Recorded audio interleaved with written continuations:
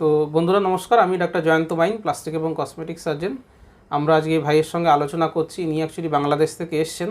তো এই ভাইয়ের সমস্যা হচ্ছে, ওনার যে পেনিস রয়েছে সেই চামড়াটা পেছনের দিকে টানলে পরে একটা রিং মতো হয়ে যাচ্ছে, ফেটে ফেটে যাচ্ছে। যখন ফ্ল্যাসিড থাকছে তখন অসুবিধে হচ্ছে না, কিন্তু যখন মোটা হচ্ছে বা বড় হচ্ছে তখন অসুবিধে হচ্ছে। আর নিচে ফ্রেনুলাম জোড়া রয়েছে, তাই তো? এই দুটো হচ্ছে সমস্যা। তো এটাকে ফাইমোসিস অন ইরেকশন বলে। তো ভাই যেহেতু বাংলাদেশ থেকে এসছেন, ফোনে আমরা কথা বলেছি, উনি ফিজিক্যালি একবার দেখাতে এসছেন আমাকে, আমি দেখেও নিয়েছি। এবার ওনার মনে স্বাভাবিকভাবে কিছু কোশ্চেন্স রয়েছে, সেই কোশ্চেন্সগুলো নিয়ে আজকে উনি প্রশ্নগুলো করবেন, আমি উত্তর দিয়ে দেবো। তো ভাই আপনার প্রশ্নটা বলুন। স্যার হচ্ছে সেনসিটিভিটির ব্যাপারটা আপনি বললেন, সেনসিটিভিটির ব্যাপারটা কি কমে যায় কিনা?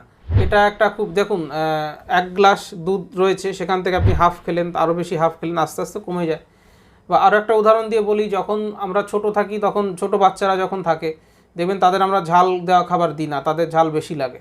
তেমনি কি হচ্ছে, গ্ল্যান্স পেনিস যখন যাদের স্কিন দিয়ে ঢাকা থাকে, যারা খুব বেশি টানতে পারে না, সেন্সিটিভ বেশি থাকে, এটাকে আমরা সেন্সিটিভ না বলে হাইপার সেন্সিটিভিটি বলবো। 3টে স্তর, একটা হচ্ছে ওভার সেন্সিটিভিটি বা হাইপার সেন্সিটিভিটি, একটা নর্মাল সেন্সিটিভিটি, আর একটা নর্মালের থেকে কম। এক্ষেত্রে দেখা গেছে যাদের হাইপার সেন্সিটিভিটি রয়েছে, আমরা যদি সার্কামসিশন করে দিই, এই হাইপার সেন্সিটিভিটির ব্যাপারটা কিন্তু চলে যায়, কিন্তু সেন্সিটিভিটি পুরোপুরি চলে যাবে না।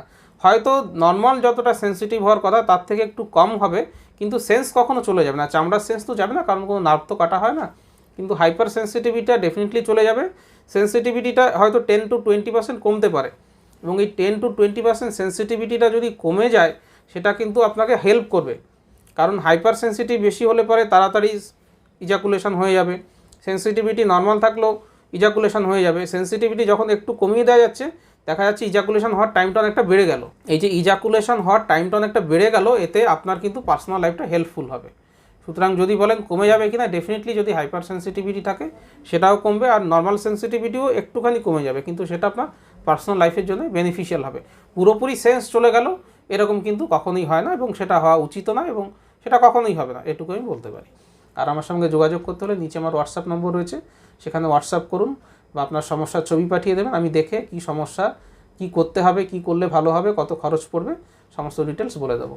ভিডিওটা ভালো লাগলে লাইক করবেন, শেয়ার করবেন, চ্যানেলটাকে সাবস্ক্রাইব করবেন। ভিডিওটা দেখার জন্য ধন্যবাদ, নমস্কার। ধন্যবাদ ভাই আপনাকে।